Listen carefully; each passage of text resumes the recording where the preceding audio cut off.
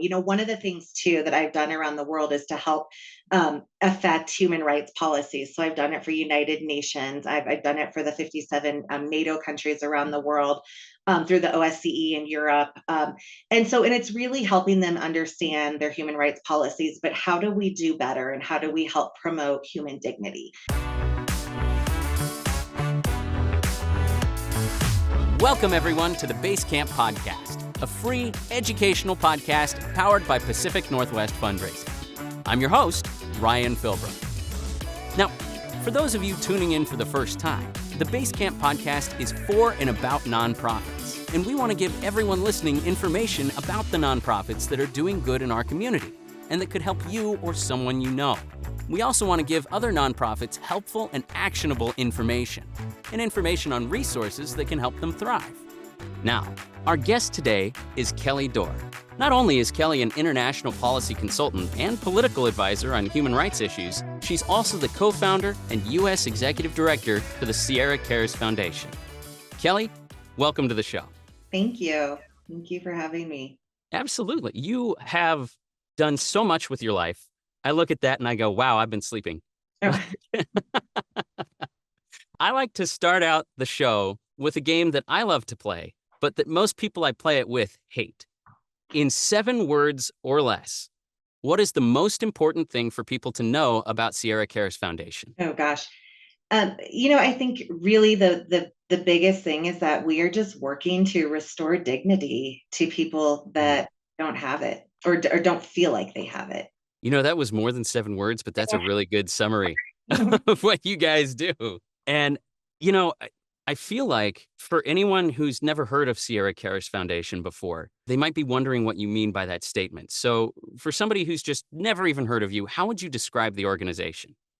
So Sierra Cares Foundation within Sierra Leone itself, in the Makeni region, which is in the Bow region of basically central Sierra Leone, is one of the poorest regions in not only just Sierra Leone, but actually in all of Africa. So, Oh, and so with that, the average income in the families there. So the average income and salary in Sierra Leone is about $30 per family per month, is what they live on. In the Makeni region and in the Bow region and some of the outer villages that are around there, it's maybe anywhere from $10 to $15, so about half of that.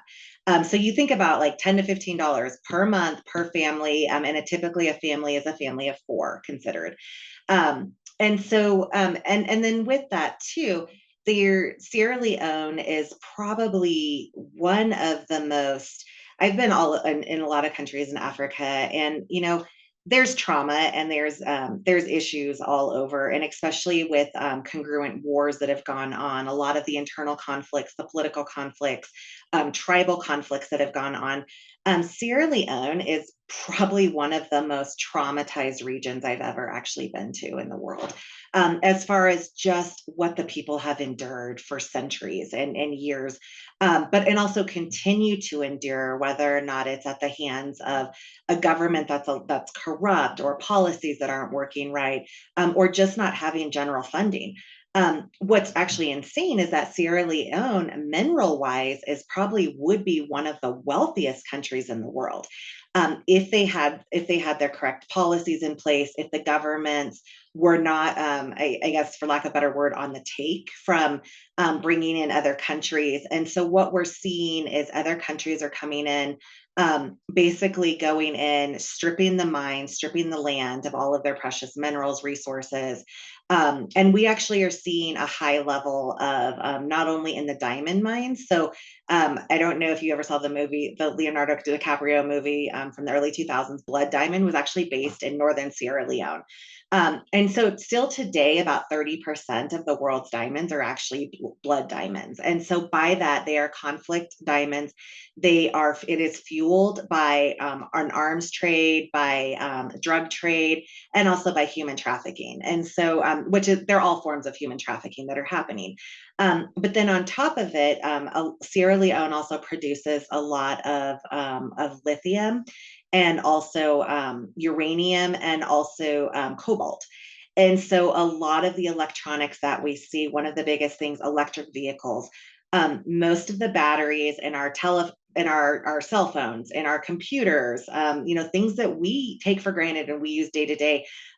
Electric vehicle batteries are all made from child slavery, because children are small enough to actually be able to go into the mines and be able to bring up the minerals and the resources. What we're finding, though, is a lot of these child slaves are ending up with cancers or illnesses, and they're not living past the ages of 18 to 25 years old, and they're dying horrific deaths because of what they're exposed to. And it's because Oh my there's not a gosh. lot of regulations. The countries that go in, so in Africa right now, most of the land in Africa is actually purchased and owned by Chinese conglomerates and corporations. And what we're seeing is a lot of, they go in and they'll say, hey, like, we're going to come into a community, we'll build a school for you. They're there for 5 years, they build a school, they keep the school up, everything looks great. But when they're done mining that area and they've taken all the natural resources out of there, they up and leave. And so they leave the people not with the ability to continue their schooling, to fund things, to keep water wells going, like all of those things. And so those were some things that I was noticing around the world. One of the things that I was working on before this was really, recognizing what is our role, especially when we are in developing our first world countries. What is our role when we're working with developing countries around the world? Because we are using their resources. We're taking things that they need there, but we are taking them so that it can better our lives. And so if we are not aware of what our social and what our basic like moral rules are in caring for other people around the world in order to utilize and to use product and material things, then we are not being stewards of other people, and we are not being stewards of the planet either. And so, part of me, Sierra Cares Foundation was founded.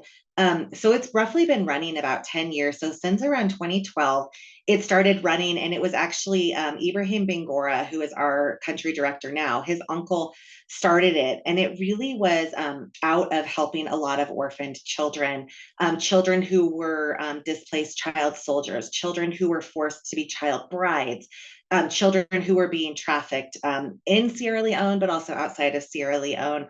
African countries are huge sex tourist destinations for basically adults who want to travel around the world and purchase children for sex, and they can get away with things. So we see this in Africa, we see this in the Philippines and Indonesia, Thailand, and so wherever there is poverty and wherever we are dealing with developing countries, we are going to have these epidemics.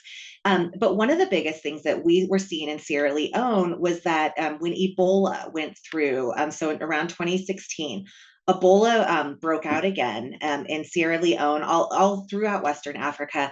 But Ebola goes through and it ends up killing about 90% of the adults. And we don't know why a lot of the children will survive, but the adults will die. And so, and it's horrific to die from. And there's some speculation that children don't have some of the same, I guess, like they haven't formed, or they are a little bit more immune to some of these things. A lot of adults are taking care of people who are sick, so they are more one-on-one than children are. They're more exposed. But what we found was we had a couple villages where 90% of our adults were killed within a 3-year period. And so it left orphans. We ended up with over 169 orphans, and it left them in 2 different villages. And so when you go in, like literally, we had 4-year-old sisters caring for their 1 and 2-year-old siblings living alone in a house. And so, What? yeah. And so recognizing, I mean, things like it's wild to me to think about. I have 4 children here, and like I could never imagine my 4-year-old or my kids when they were 4 trying to take care of their siblings, and Yeah. being, and burying their parents and then figuring out how to scavenge for food. But what we were seeing is, again, a lot of these children are left vulnerable. They're not protected. And they literally are just ripe for the picking for exploitation, for sex and labor trafficking around the world. And so Ibrahim's uncle started really just trying to take care of the orphans in these 2 areas. He actually ended up, I believe it was in 2019 or 2020, he passed away of a brain tumor. And Mm. so, really, in 2020, I was watching A lot of the work that Sierra Cares was doing, we had been introduced to Ibrahim through a partner of ours, through Airline Ambassadors and Nancy Rivard. And then she'd actually introduced me to my two other co-founders, Andrea Hobart and Abani Johnson. And we sort of came together. So Abani lives in Africa. She was in Washington, D.C. She teaches in Ivory Coast, Africa. Andrea lives in California. She's a flight attendant. And so we live all over, and we sort of came together and we just said, we've got to figure out, how do we continue to support these people? Some of the most just incredible people. But what we've started recognizing too, that it wasn't so much to just have like an orphanage home for our orphaned children, or to help provide resources like children, they had caretakers. We were trying to provide for that.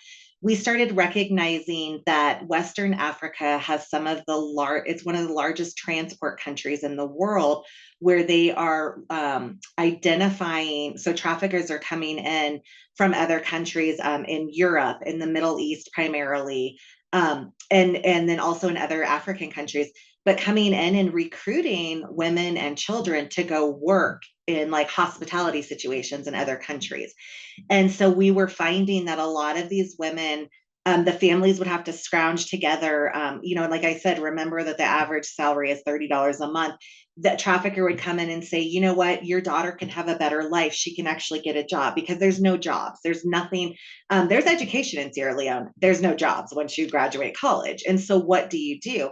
And so they were looking for a better life, trying to support their families. So families are like, hey, you can go work in Belgium, for example, and make $250 a month, and we'll get some money, like it'll actually support us. And so they're sending their family members to these other countries, not realizing that they're actually going, and they're probably not actually ending up in Belgium.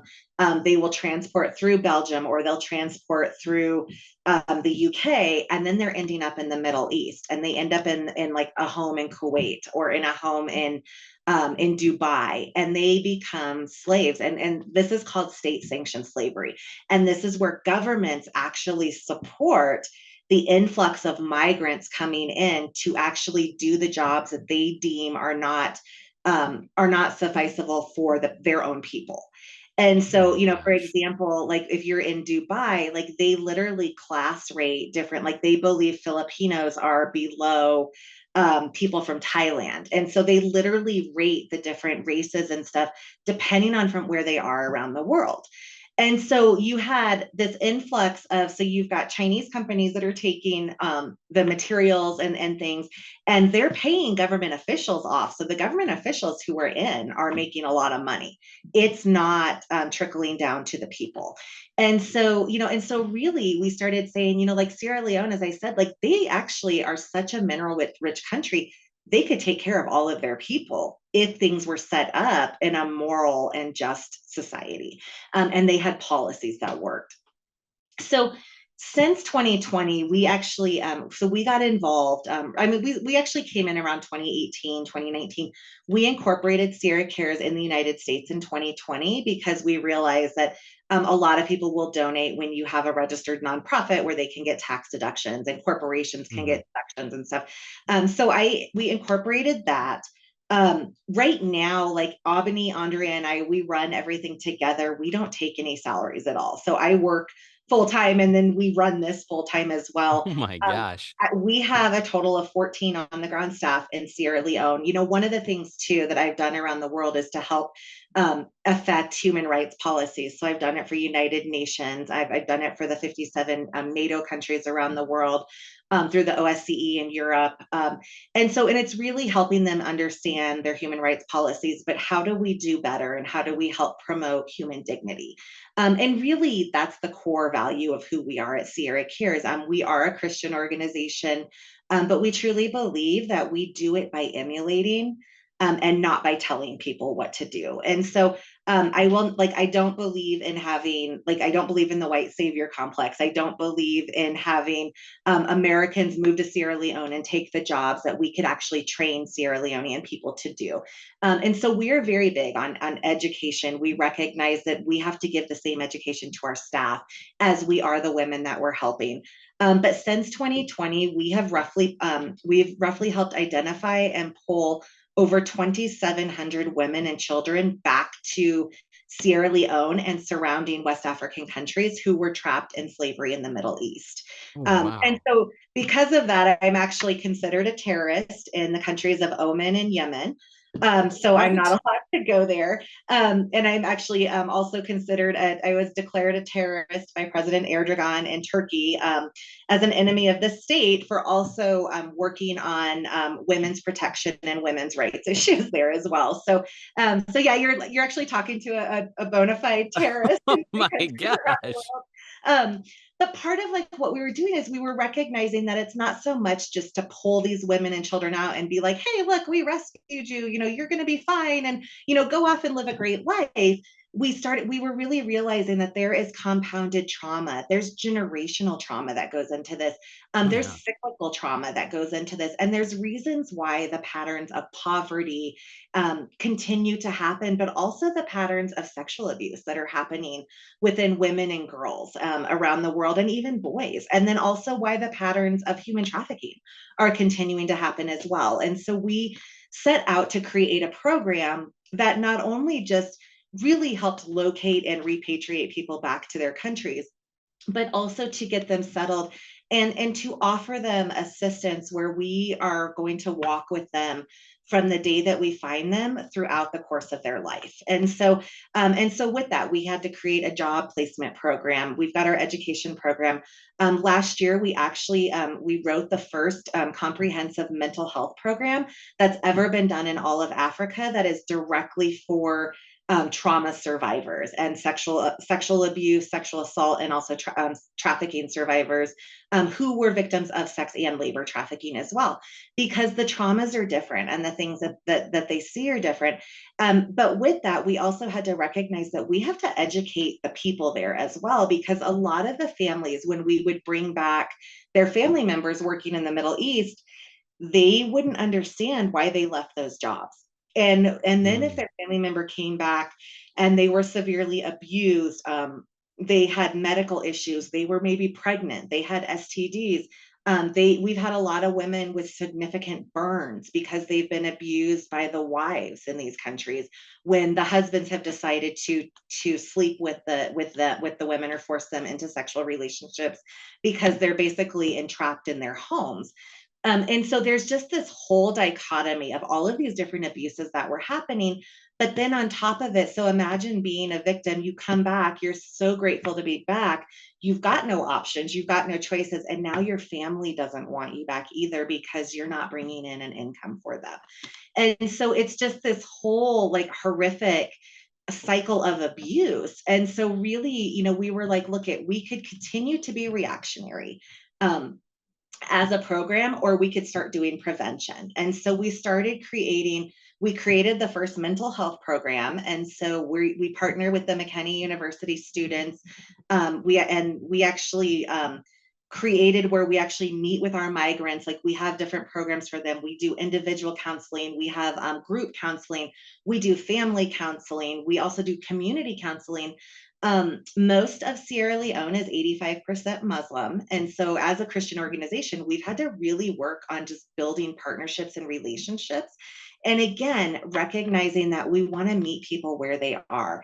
It's not my job to go in and tell people how they need to change their lives or how they need to do better or like what religion they should believe in. But it's Yeah. really just laying a foundation of, look at, like, these are some paths and these are some solutions to the cyclical abuse that we're continuing to see. And maybe this is how we start stopping some of the generational traumas that keep happening. And that's a way to actually empower the communities as well. And so we are multifaceted. We have basically three different sections where we are working. We're actually just about to finish our safe house. And it's actually a medical care house. So there's only one hospital in all of Sierra Leone that actually takes in people who are having like mental and psychotic breakdowns and mental health issues and stuff. And One literally hospital. one hospital 2 doctors. That's it.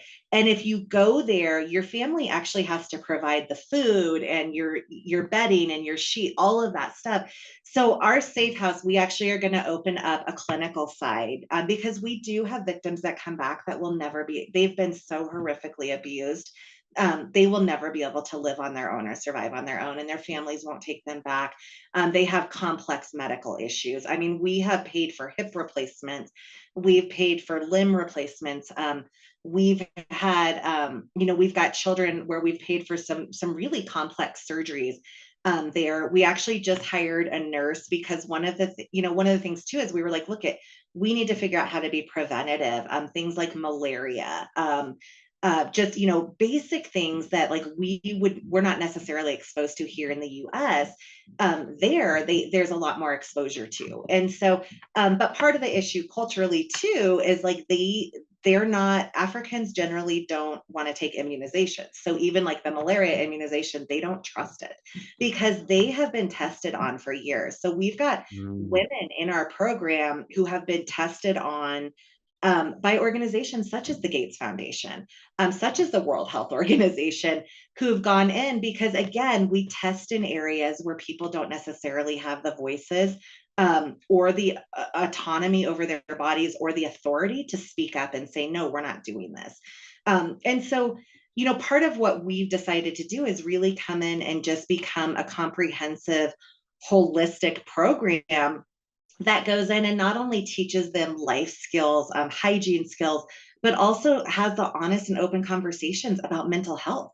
There are no words for certain mental health words in trauma in African or in Creole in the area that we're in. And so we've had to really figure out how do we even communicate and add some of that language in there to get them to understand that.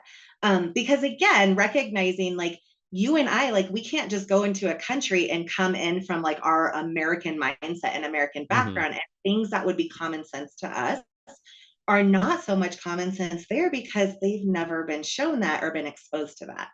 And so, that's part of the challenge that we have is how do we blend the culture and really, again, our goal is to not come in and say, we want to change Sierra Leoneans to become like Americans. We want to change them to step up and change who they are. We want to preserve their heritage and their culture and generationally the stories within their families. But we want to walk beside them to just say, how can we help change the things that are continuing to cause harm so that we don't have to keep addressing that? And so, and so those are some of the things that we're doing. We actually just this month, we worked with President Bio, his wife, Fatimata Bio, actually ran one of the first. So Sierra Leone has become now the third country in Africa to ban child marriage. And we had to we literally had to go in and walk beside them and tell them like, this is what's happening. Because we were having girls as young as 7 and boys as young as 10 being forced into marriages. And so they were losing their childhood. They were losing who they were. They were losing their ability to be educated, to stay in school. And so now there's no forced marriages under the age of 18 happening in Sierra Leone. I mean, for example, like if a 16-year-old gets pregnant by a 17-year-old and they want to get married, then the families can consent to that. And that can happen, but at least there's no forced like 7-year-old girls having to marry 45-year-old men because that's the dowry that's being owed to the families. So that's a huge thing. One of the other things we did last year too is we actually had one of the largest human trafficking busts in all of Western Africa. And it really was, and what's crazy is that Sierra Leone doesn't allow human trafficking. And so they have laws on the books, but we actually, when we located the 2 of the bigger traffickers that were part of the largest recruitment rings for Western Africa, they were arrested. Our staff had to walk with law enforcement and teach them how to actually arrest them, what the charges were, and then also educate the attorneys, the barristers there, and also the magistrates and the judges, because again, they pass laws but the information is not disseminated amongst the different tribal areas, but also amongst the different regions in Oh Africa. my word. They don't have a consistent communication system. So there are laws, but they don't know how to enforce They them. don't know how to enforce them, or some areas didn't even know they had these laws. And so, Wow. so we actually had to go in, and then on top of that, like our organization, we had to help pay for food for the traffickers in prison, because if they weren't being fed, the law states that they have to be released because they can't keep them. And so we actually are. It was such a hard challenge for us because we were like, okay, we have to pay to feed them in order to get justice. Both of those traffickers got sentenced to life in prison. And on top of it, our restitution is being paid to four of the victims that actually were brave enough to come forward, which is huge when you Yeah. consider that most of these families are paying traffickers about $2,000 US dollars to, and mind you, the $30 a month Yeah. income, are paying this to traffickers to get all the paperwork and everything to send their loved ones to another country with the hopes that they're able to secure employment to provide for the family. And so it's just, there's a whole culmination of things that we're having to do. But really the biggest thing is recognizing that every human being is born with inherent dignity, and should be afforded that inherent dignity regardless of their culture, their skin color, their background, their socioeconomic status, their tribal status. And that's been our biggest thing, is saying, you know what, like we want to meet everybody where they are. We want to walk with them where they are, and we just want to love them for who they are and offer them the opportunity to not only recognize and empower themselves, but recognize the dignity and the worth that we see in them. Because traditionally around, I mean, we see this around the world, right? Like every country is guilty of this, where we pick and choose who are valuable and who are not within our society, and who can contribute and who does not. And what's really hard with the socio and political divisions and corruptions across Africa is we're really seeing a lot of the African people are the cause and effect of this type of thinking around the world, because we don't see them as the same. We don't see them as equal human beings, who are afforded the same type of dignity, and the same God-given dignity and inherent dignity that they should be born with. And so that is sort of like in a nutshell, like who we are. And it's really just about how do we create and affect change that breaks these generational and cyclical cycles of poverty, trauma, neglect, abuse, to really create better and more sustainable communities. So with that, like we've built a bakery, we have a bakery, we have a sewing workshop, we have training for our migrants. We've got a whole plethora of different things. And then on top of it, our migrants that go through our programs, we are also willing to train them and try to employ them later on as well. That's incredible. So yeah, it's Like it's a lot that's of work. It keeps amazing. me up a lot at night, but I also like I look at the pictures of just like our babies, and I just see how some of them are thriving so well now, and it's so worth it to to do that. But it is, it's a lot of work, a lot of tears sometimes, and a lot of curse words against different governments and entities around the world. Yeah, when's your Netflix series coming out for Right? Sierra Cares? Like, when is that happening? Right. So, Oh my gosh. No, I think that you guys are doing incredible work. And I was reading on your website the safe shelter and community center initiatives that you guys have, the school sponsorship program, microloans for families, job training and financial independence education for women, all mhm, these things. And like those sound great on paper, but right, then hearing you talk about them, like hearing the impact that that has and what those things actually mean, what the people of Sierra Leone are actually having to endure and climb right, out of, right, it gives them such a weight that I didn't like. I knew that right, those were heavy topics. I didn't realize how heavy. right, right. Well, And so much of it's attributed to our staff. Like, I mean, our staff is just phenomenal, and they go above and beyond. And really, a lot of them have had a lot of adverse issues and trauma and childhood experiences and all of these things. And just to see them actually like I sort of will help guide them on their programs, but they really put them together and like we'll work through and figure out like, what is going to work, what's not going to work. But it's really, this is why we have to have people on the ground there, and people who culturally understand, some of their own citizens and like people who are just like them. And so it's really just it's been phenomenal to just sit back and even watch our staff grow and evolve and just really recognize, how are we building all of this up? Because there's really no like litmus or outline. Like we sort of take a breath every day and we're like, okay, we're going to try this and let's just hope that works. But we're also very, like with our donors, we're very open about that too. We're like, we might try something and we might fail. Like, 9 out of 10 times you're going to fail at something before you really succeed. And so Yeah. a lot of that is just having that transparent communication with our donors as well.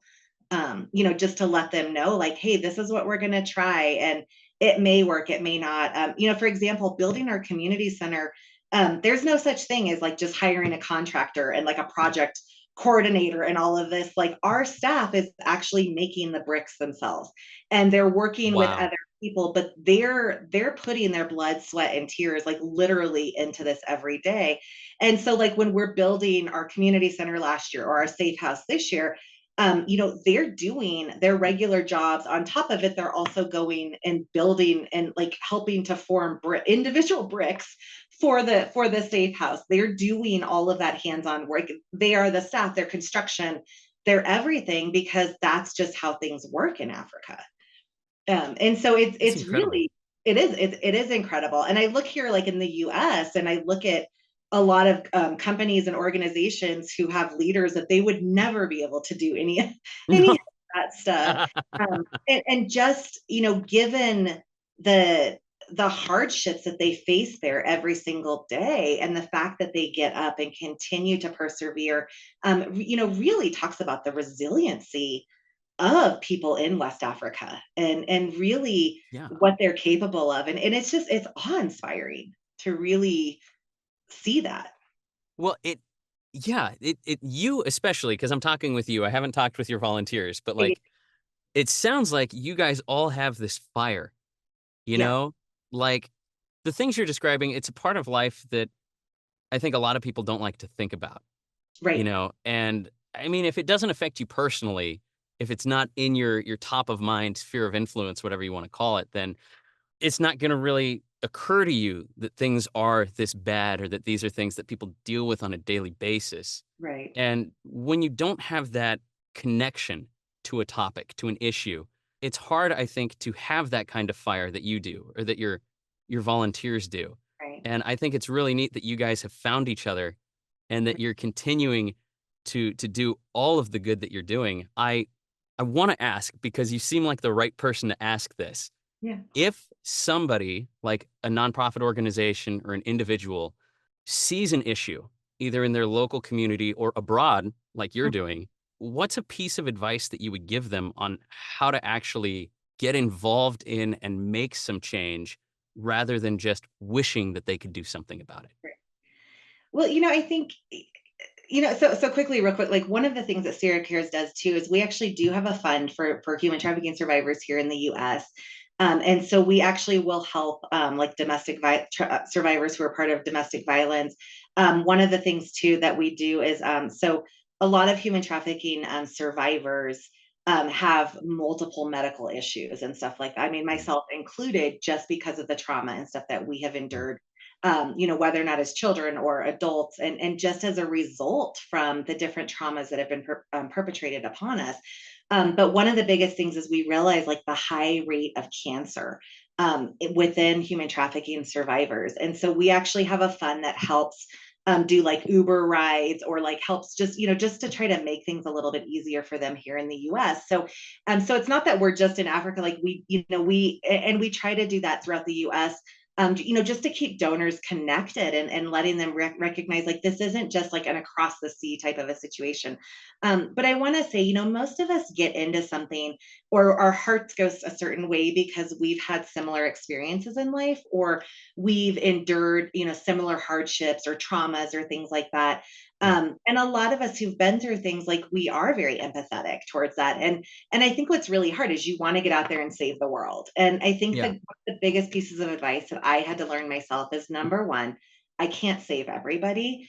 And I can't take that ownership on either, because when I do, it just eats me alive. And I can't function day to day because you allow the guilt of the world to sort of consume you, and you become hardened and angry at the world. And so I think, one of the biggest things is making sure that you understand and are in care of your own mental health, and that you actually have a good support system around you on that, so that your traumas, like even my traumas, for example, are not like juxtaposed onto my staff in Sierra Leone, or Mhm. my story doesn't become the story of Sierra Cares Foundation, and that's like the only driving force. Because at some point, my story has nothing to do with what is happening over there. And so I think, just really making sure that you have a strong support system, that you recognize you have to set boundaries and you can only do what you can do. Because I think a lot of times people jump in head first and then they get so overwhelmed, they feel like they're drowning, and then they just give up, because and then they feel so guilty and they just can't function or face anything.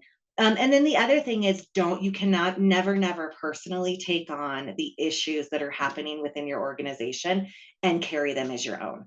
Because if Mm. you do that, you are just, again, like, you're not going to have the bandwidth or the ability to stay compassionate, or really hold space for other people when you're absorbing all of their trauma. And I'll tell you, like, that was probably one of the hardest, and I'm still learning it.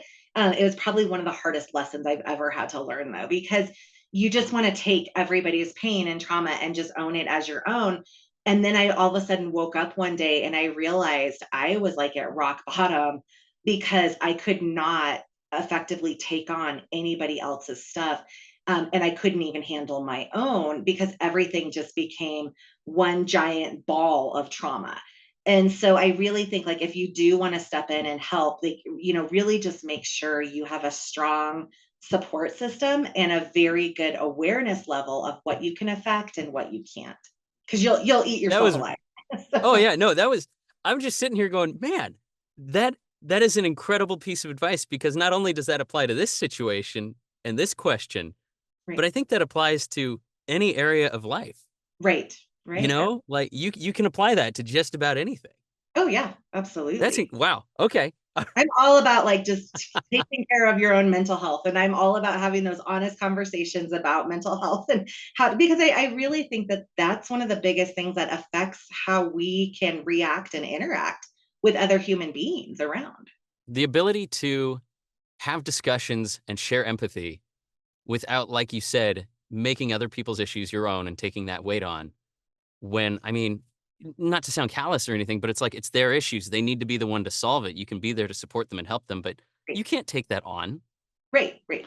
Well, and Yeah. I just found, like, I don't wanna be angry with the world. Like, there is so Yeah. much beauty, and honestly, some of the most profound beauty that I've ever seen in my entire life has come from suffering, and has come from some of the darkest pits of just not feeling like, you were good enough, or there was hope, or there was anything. And then you sort of take that step back and you see the beauty that emerges from all of the hard things that come from it. And I didn't ever want to become that person. And I was, for a while, I was that person where I was so angry and I was like, why can't everybody see what I see? And why can't they just do what I do? And and why don't they care? And so, and really stepping back and realizing that people come from the perspective that they know, and they only know what they know, and, like, Yeah. if they don't have that background or that information, or even just the same type of life situation, they're not going to be able to see things in the same way, and maybe not have the same perspective.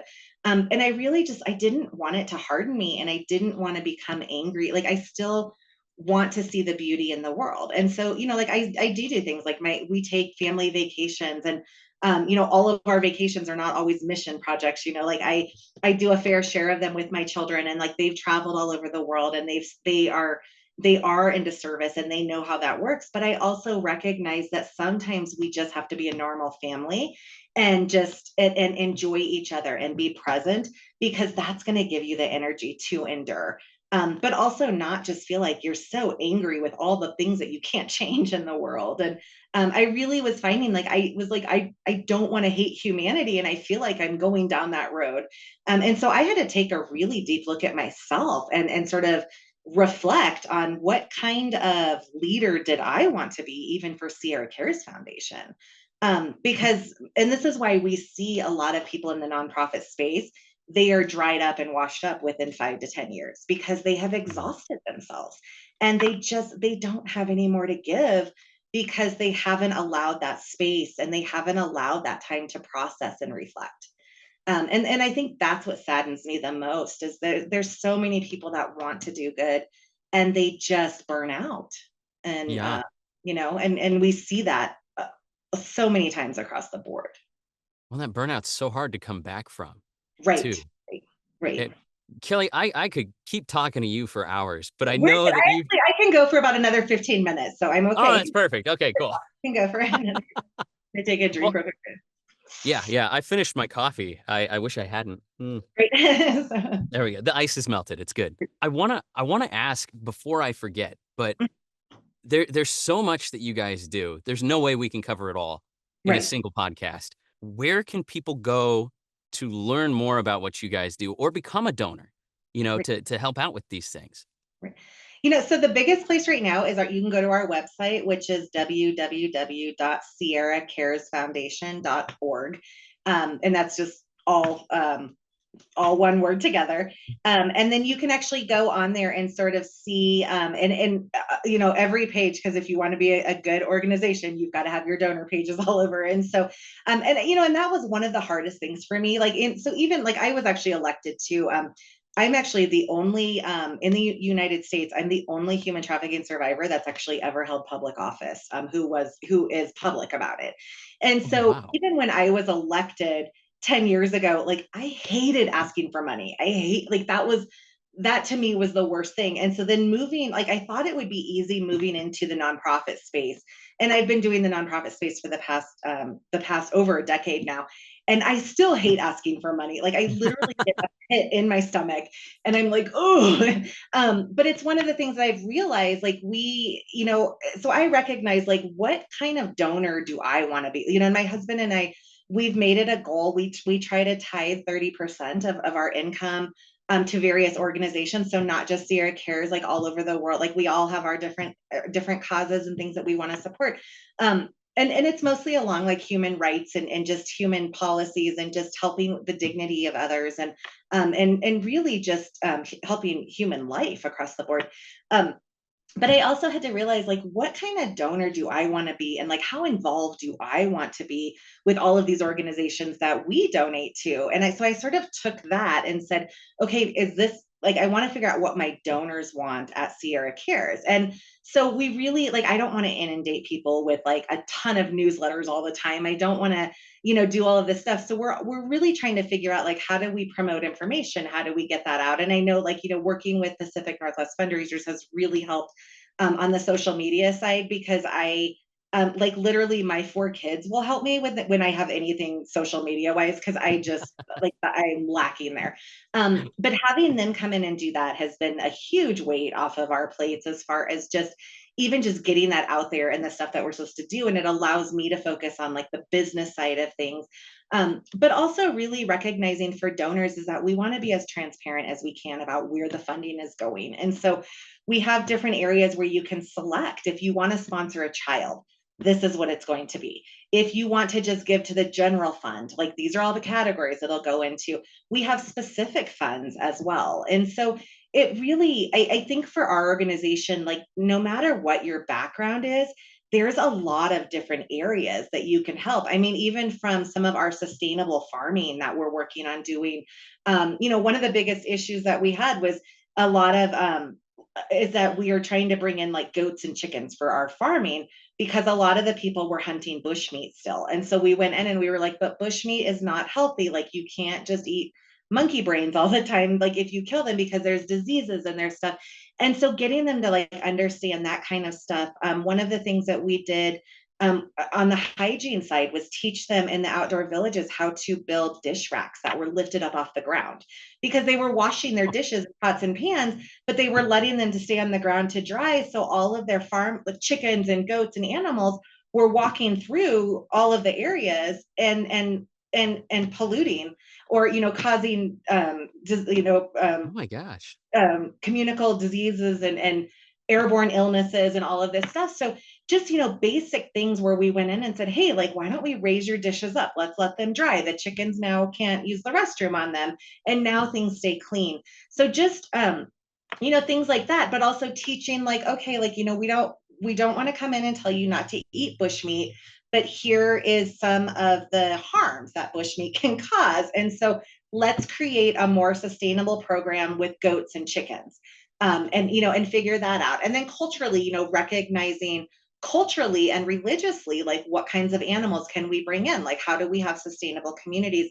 Planting trees, too. Like, one of the things, people will purchase land and they will clear every piece of every tree off their land and basically burn it to the ground to build their houses. And then now, but what's happening is it's taking away a lot of the ecosystems and nature that a lot of the animals that they rely on live in.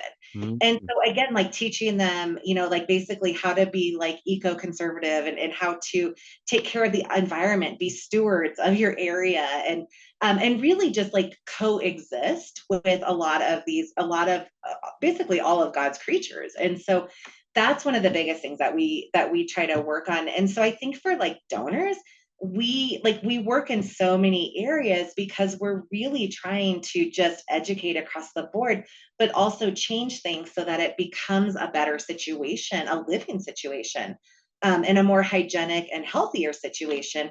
Because when you're doing prevention in those areas, then it doesn't cost us as much to actually react when people get sick, because we know that some of this stuff is coming. But a lot of it is just Fascinating. education and communication. And I love, like, I mean, we will take people with us to Sierra Leone. One of the partnerships we work on is with the Jane Goodall Foundation, who's Mm. in Tanzania, but Sierra Leone. Takugama Chimp Reserve is the only other chimpanzee reserve that Jane Goodall sponsors in Western Africa. And we're trying to repopulate the chimpanzee populations and stuff like that. And so part of that, again, is educating on keeping sustainable ecosystems and keeping nature preserves and stuff like that, but also what's healthy for people as well. Um, so yeah, it's a whole, it's really like saying, you know what, like, we honor how you live, but these are maybe some better ways that we can actually prevent things. And it's the same thing that we would do here in the US with people as well. Yeah, it's the whole you don't feed a man a fish, you teach a man to fish. You know. Absolutely.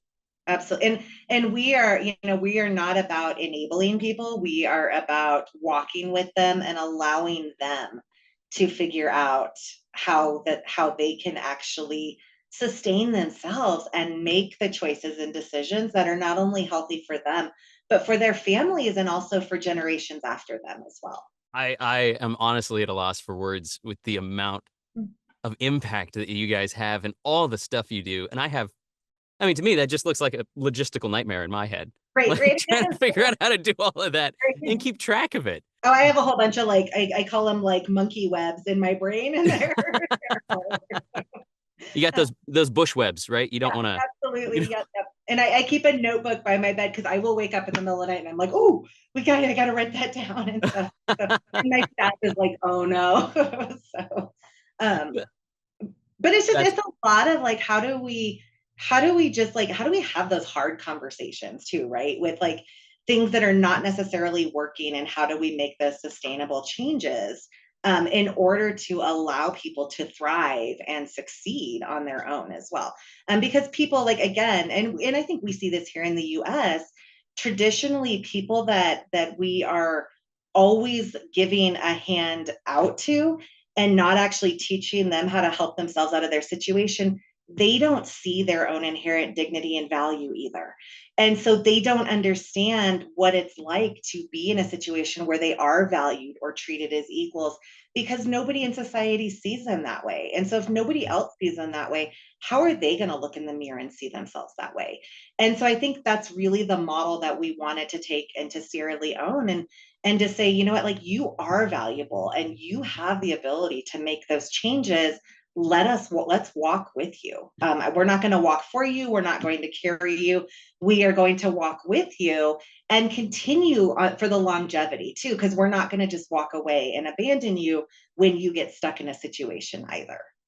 So, but it Yeah. doesn't mean that we are taking care of all of our migrants for the rest of their lives too, because we obviously don't have the funds for that. But we're helping to create sustainable communities. So we've actually got migrants now that are working together, creating businesses together, and actually creating their own social enterprises now and going around, which is huge.